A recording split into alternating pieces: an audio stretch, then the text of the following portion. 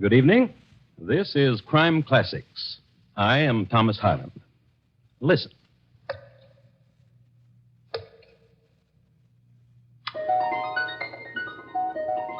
The man in nondescript uniform dropping stones into that well is a mercenary soldier, more recently a deserter. He's testing the depth of the well, the only way he knows, since a length of rope is not immediately available, and more complicated machines are as yet undiscovered. This is the year 1778, and the deserter is named James Buchanan. Next to him is his friend, another deserter whose name is William Brooks. These men are in the employ of Mrs. Bathsheba Spooner of Brookfield, Massachusetts, whose well it is. Mrs. Spooner will pay these men immediately they deposit the body of her murdered husband, right down there. And tonight, my report to you on the crime of Bathsheba Spooner, the first woman to be tried for murder in the United States.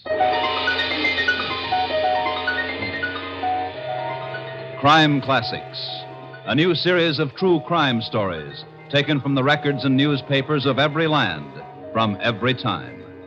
Your host each week, Mr. Thomas Hyland, connoisseur of crime, student of violence, and teller of murders. Now, once again, Thomas Hyland.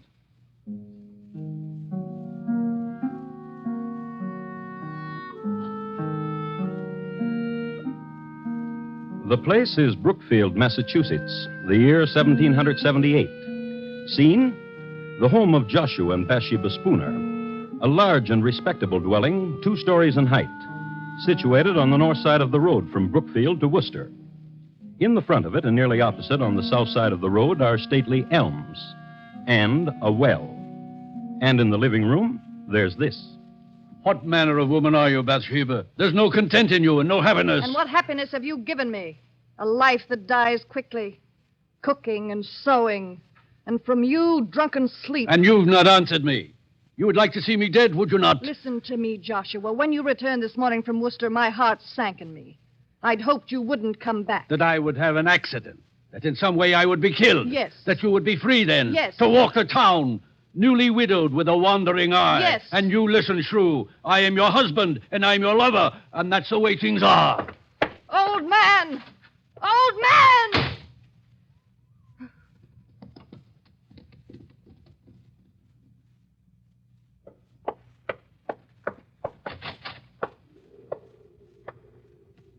Ezra? Ezra?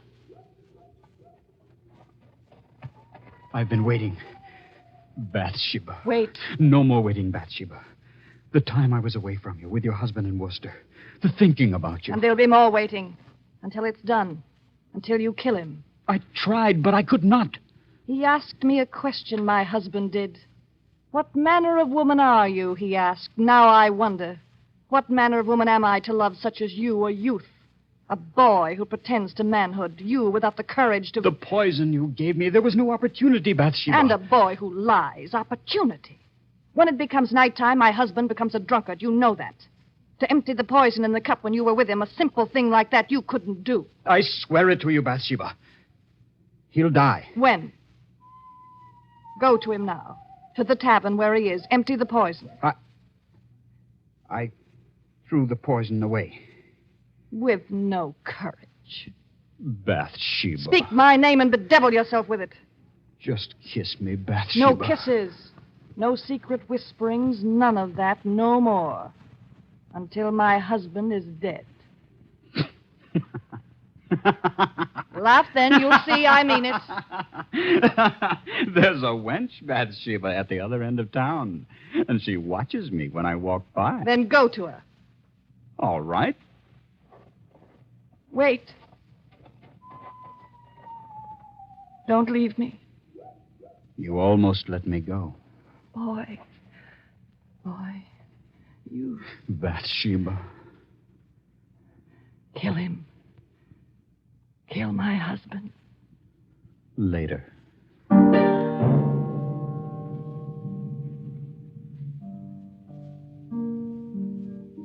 And that was Bathsheba Spooner.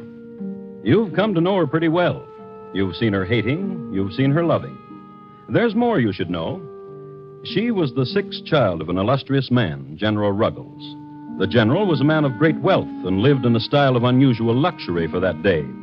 He kept 30 horses and had a park of 20 acres for deer and a pack of hounds for the amusement of numerous visitors. He was a man intensely loyal to the British Crown and never hid his loyalties. And so, at the outbreak of the Revolutionary War, he was forced to give up his estate and to leave the country. His married life was also pretty bad, and he and his wife did not set a good example to his children in their conjugal relations. Bathsheba sprang from that kind of a household. Her loyalist background in time of war, and the very fact of the name she had, Bathsheba, were sufficient cause for the town in which she lived to view her with alarm. But keep this in mind. Bathsheba Spooner is going to murder her husband. How? Well, let's see how time and motive and circumstance conspire to get a man violently dead. The man, Joshua Spooner. Let's pick him up and see what he's doing. It's the same evening, and since it's after dark, he's drinking. And in Brookfield, there's only one public house in which to drink, Cooley's Tavern. And that's where he is. Oh, no, Doctor. Then what would you do? To trap General Burgoyne, very simple. Hand me your tankard, Dr. King. Now, and here, this spoon, the line of march of Burgoyne. And your tankard and mine, 2 sections of the troops of General Washington. Now watch.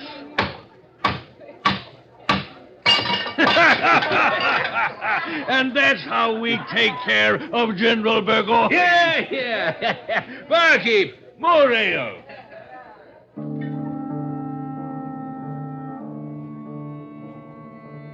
Joshua Spooner talks of strategies and drinks his ale. But mark this. Near the bar, another table. 2 men in nondescript uniforms, deserters from the army of General Burgoyne. Their names, James Buchanan and William Brooks. They've made known the fact that they've deserted the enemy, so their drinks are on the house and the appreciative customers. They're having a fine time. Drink your ale, Will. Make me a toast and I'll drink with you. And a toast you shall get. Burgoyne is a scurvy... Louder, Will, louder, else we'll pay for our own ale. Aye. A toast. Aye, I'll give you a toast to that scurvy, plump-bellied Burgoyne. May he rot in the wilderness. That is, if he don't drown coming across the St. Lawrence. Gentlemen.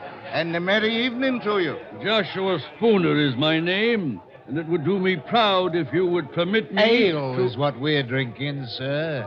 Ale for the patriots! And patriots we are, indeed, to goodness. Oh, yes. We joined General Washington, sir, and his colonials. You should know that. And from here, we go to Worcester, where a column of Washington's hearties ale. To you, sir, and thanks to you. My pleasure.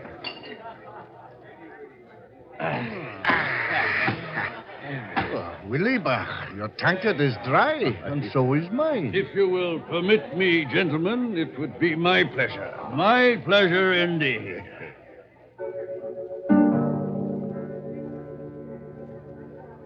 It would be Mr. Spooner's pleasure indeed to buy the lads more ale, as was the custom. True, it was 1778, but the etiquette was the same. Nothing too good for our boys. And the deserters in Cooley's bar were off to join our boys. As a matter of fact, it was Mr. Spooner's pleasure to direct James Buchanan and William Brooks to Worcester to become soldiers in Washington's army. It just happened that one of the landmarks that Mr. Spooner gave the lads went something like this. Now, mark you. A file of elms and a well. And across the road from it, my house. When you pass there, you'll be leaving Brookfield, and you will know you're on your way.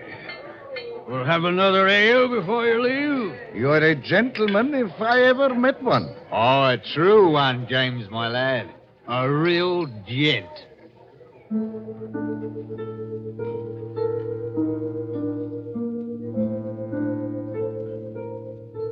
So they touched tankards, the deserters and Joshua Spooner, and they made tearful farewell. And the deserters left and walked the road toward where the elms were, and a house, and a well. Let's go on ahead of them. Let's get back to the lady.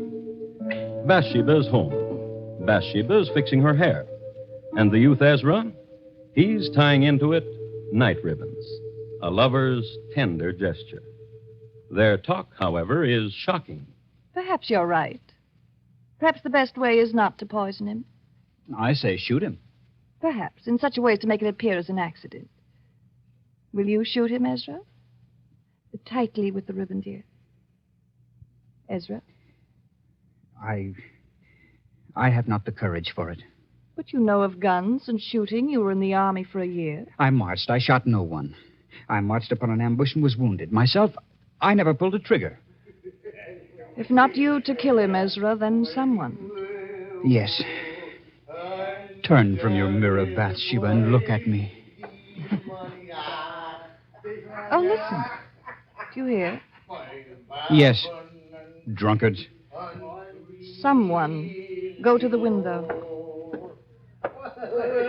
Drunkards. 2 of them by the moon. British deserters. I've seen them in town. Call to them. Bathsheba. Call to them. Hello! You there! What do you want? I'll talk to them. A lady wants to talk to you. A lady? At a lady's service any time. Let them in, Ezra.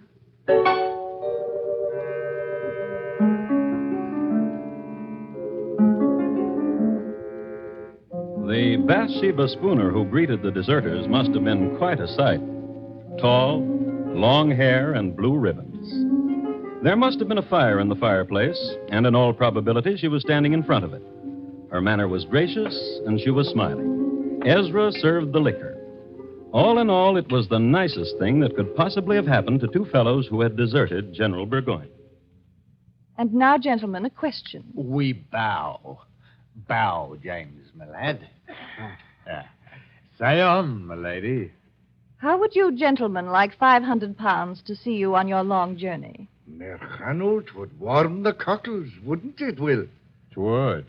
Does that answer you, my lady? And what would you do for it? There is nothing that Will and I have not done, and for less handsome payment from less handsome women. Far less. Kill my husband.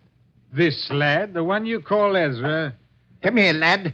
The next skinny ones don't take long for twisting. Not him. Not Ezra. Not him, James. Then who? My husband will return from his drinking. Will you wait for him? Kill him? When he returns, meet him outside at the door and greet him. Will you? Not only for the money, dear lady, but for the pleasure of your presence to 2 tired soldiers. Right, James? It's the truth.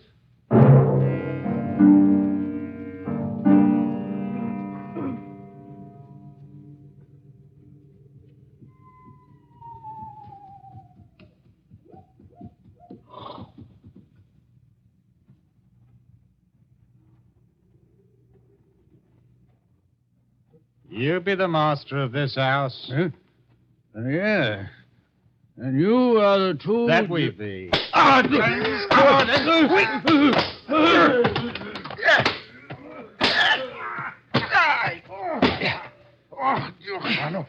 This one was a struggler, eh, Will? Get the woman. And the one she calls Ezra. Aye.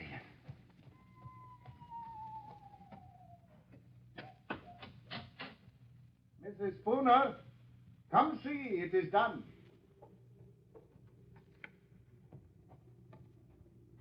And a tidy job, if I say so myself, Mrs. Spooner. And now he's dead. What will you do with him? There's a well across the road. Aye. Give us a hand, James. And you, Ezra. There. I'll walk with you.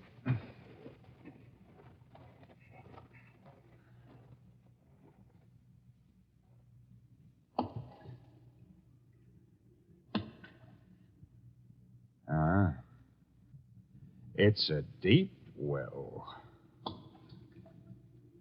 Poor little man.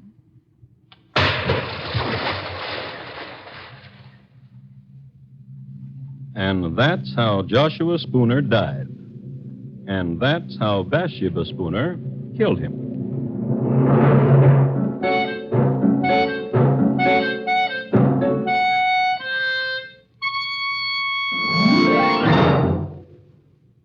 You are listening to Crime Classics and your host, Thomas Hyland. Later this evening, the Lux Summer Theater stars Fred McMurray in a full-hour adaptation of the romantic mystery comedy The Lady and the Tumblers, an odd triangle composed of a beautiful girl, a suitcase full of explosive letters, and a murdered man will make The Lady and the Tumblers' most unusual dramatic fare. Listen to it on most of these same stations later this evening when CBS Radio presents the Lux Summer Theater. And now, once again, Thomas Hyland and the second act of Crime Classics and his report to you on the crime of Bathsheba Spooner.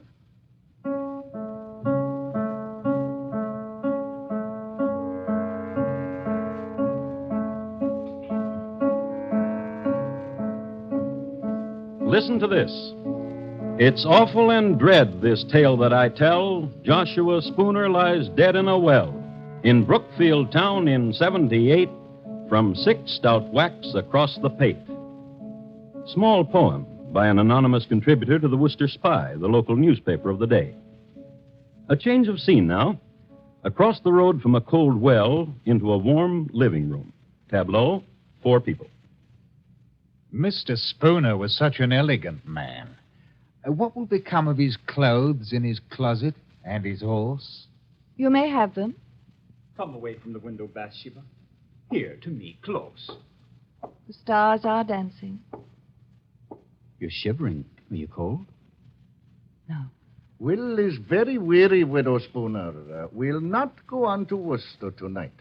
Then wait till morning. You can make a place for yourselves in the barn. But the money we'll have now, and the clothes and the horse. Yes, all of it. Ezra, Yes. in the morning you will go to Cooley's Tavern. Inquire of Joshua. Tell them he's not been home. Tell them I'm frantic for his welfare. Yes. Good night, gentlemen. A very good night.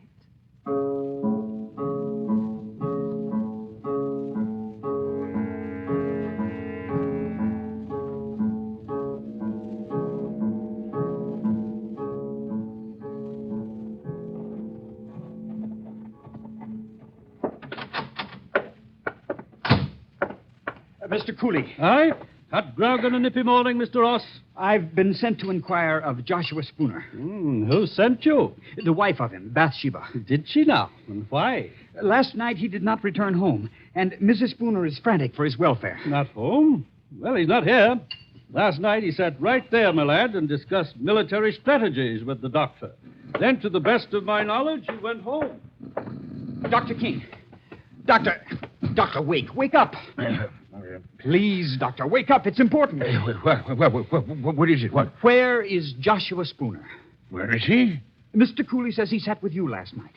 As he did, then left me. He's not home. What? Mrs. Spooner sent me to fetch him. She's troubled that he's not returned. But where else could he have gone if not to his wife? We must find him, Doctor. Yes, by all means.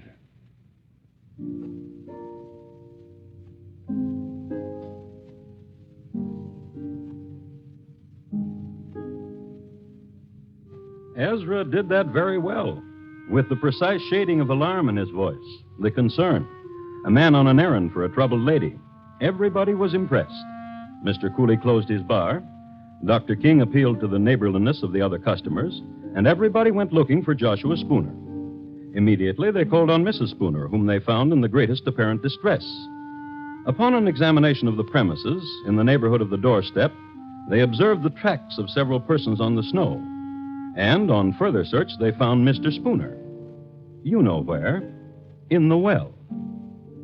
So far, only horror and suspicions. But now, let's pick up Willie and James. They haven't left Brookfield. Stupid of them, isn't it? But then you've got to examine it from their point of view. Why become soldiers in Washington's army, especially in the winter, and suffer the privations of the military, when they could be warm and rich as a civilian? So, imagine it. 2 tatterdemalion deserters, suddenly elegant, in Mr. Spooner's clothes, which were somewhat tight-fitting. But elegance and tight-fitting are somehow akin. Now, there lived in Brookfield a certain wench whose name is lost in history. This much is known about her. She had an eye for tight elegance. This much is known about her, too, that she went riding with Willie and James on their newly acquired horse. I'll help you down. Now, James? No. Give us a bus, dearie. That's a dearie. Will, Aye. how is it we are riding Mr. Spooner's horse? Why, dearie, we don't know a Mr. Spooner. Aren't these Mr. Spooner's silver buckles? No. Aren't you wearing his clothes? These are our clothes, dearie. Come, let's ride some more. It brings the pink to your pretty cheeks.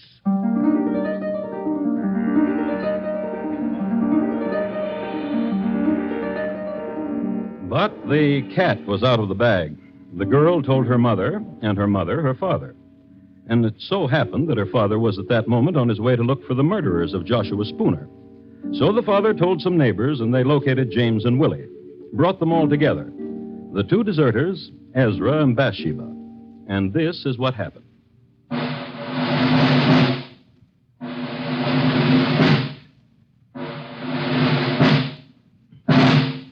The jurors for the government and people of Massachusetts Bay in New England, upon their oath, present that William Brooks and James Buchanan and Ezra Ross in the county of Essex, not having God before their eyes, an assault did make upon Joshua Spooner, feloniously, willfully, and of their malice aforethought, on the 1st day of March last past, with force and arms also by striking, beating, and kicking aforesaid Joshua Spooner, so as to inflict several mortal bruises, of which Joshua Spooner died.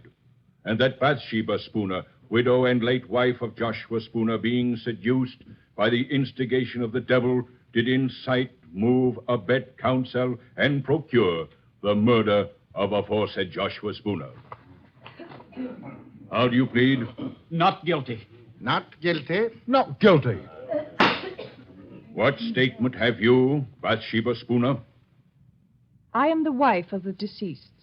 If what you accuse me of be true, what end could the death of my husband serve? Were there any reasons, persuading, hopes, inviting, or advantages arising from the death of my husband? By depriving myself of husband, I would subject myself to the burdens of a widow. If I hated my husband, as such has been said, could I not have separated from him, gone to my father or to my brothers?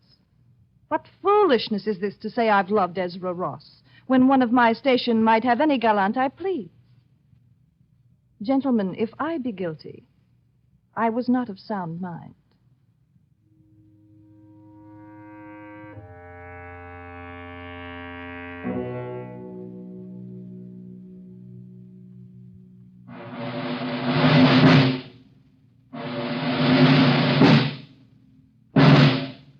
To the sheriff of our county of Essex, greetings. We command you that on Thursday, the 4th day of June next, between the hours of 12 and 4 of the clock in the afternoon, you cause William Brooks, James Buchanan, Ezra Ross, and Bathsheba Spooner to be conveyed from our jail, where they are now in your custody, to the usual place of execution, and there to be hanged by the neck until their bodies be dead.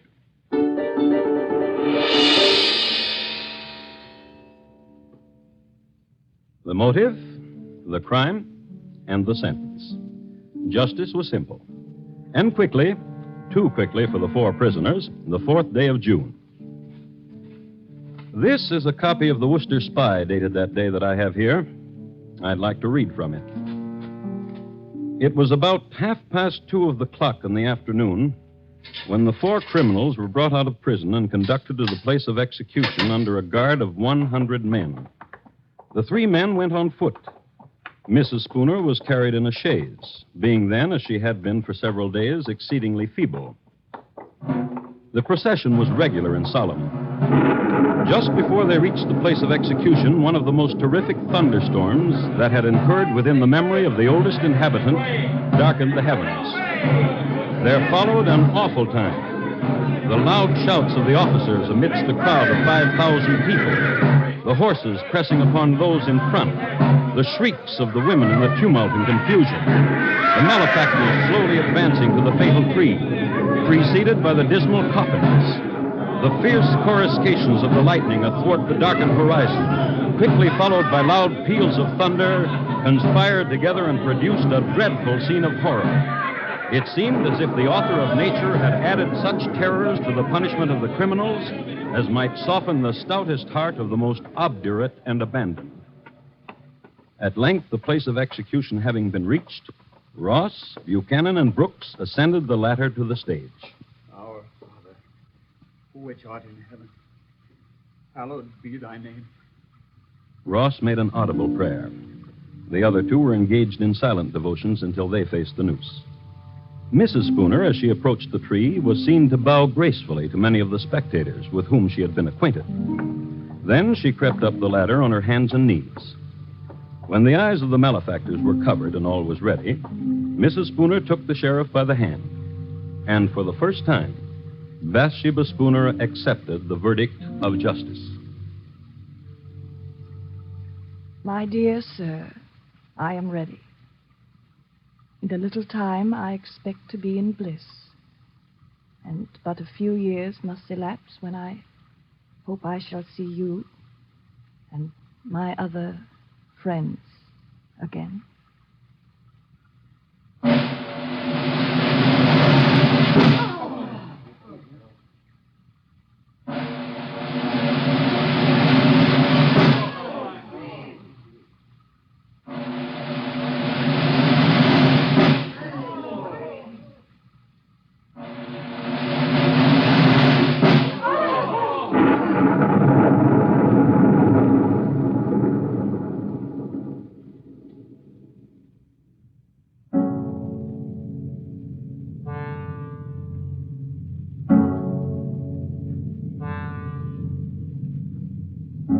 And that's the way the newspaper recorded it.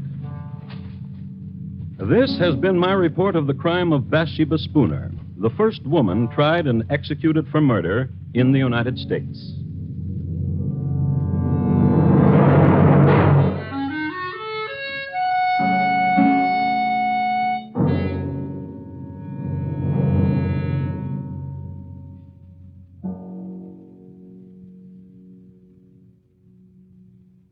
In just a moment, Thomas Hyland will tell you about next week's Crime Classic.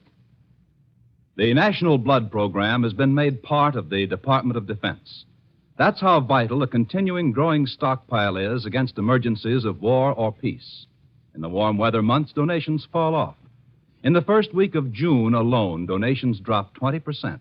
This must be offset immediately. Before you go away, please phone the Red Cross for an appointment to give a pint of blood. You will enjoy your vacation more for having done it. And here again is Thomas Hyland. Next week, we'll be with you at the same time, although geography and year will change. The place? Pimlico, England. The year, 1879. My report? On the shockingly peaceful passing of Thomas Edwin Bartlett, greengrocer. Thank you. Good night. Bathsheba Spooner, tonight's crime classic, was adapted from the original court reports and newspaper accounts by Morton Fine and David Friedkin. The music was composed and conducted by Bernard Herrmann, and the program was produced and directed by Elliott Lewis. Thomas Hyland is portrayed on radio by Lou Merrill. Bathsheba Spooner was played by Mary Jane Croft. The cast included Herb Butterfield, Sam Edwards, William Johnstone, Georgia Ellis, Tudor Owen, and Ben Wright. Bob Lamont speaking. Stay tuned now for Gary Moore with Arthur Godfrey's Talent Scouts, which follows immediately over most of these same stations.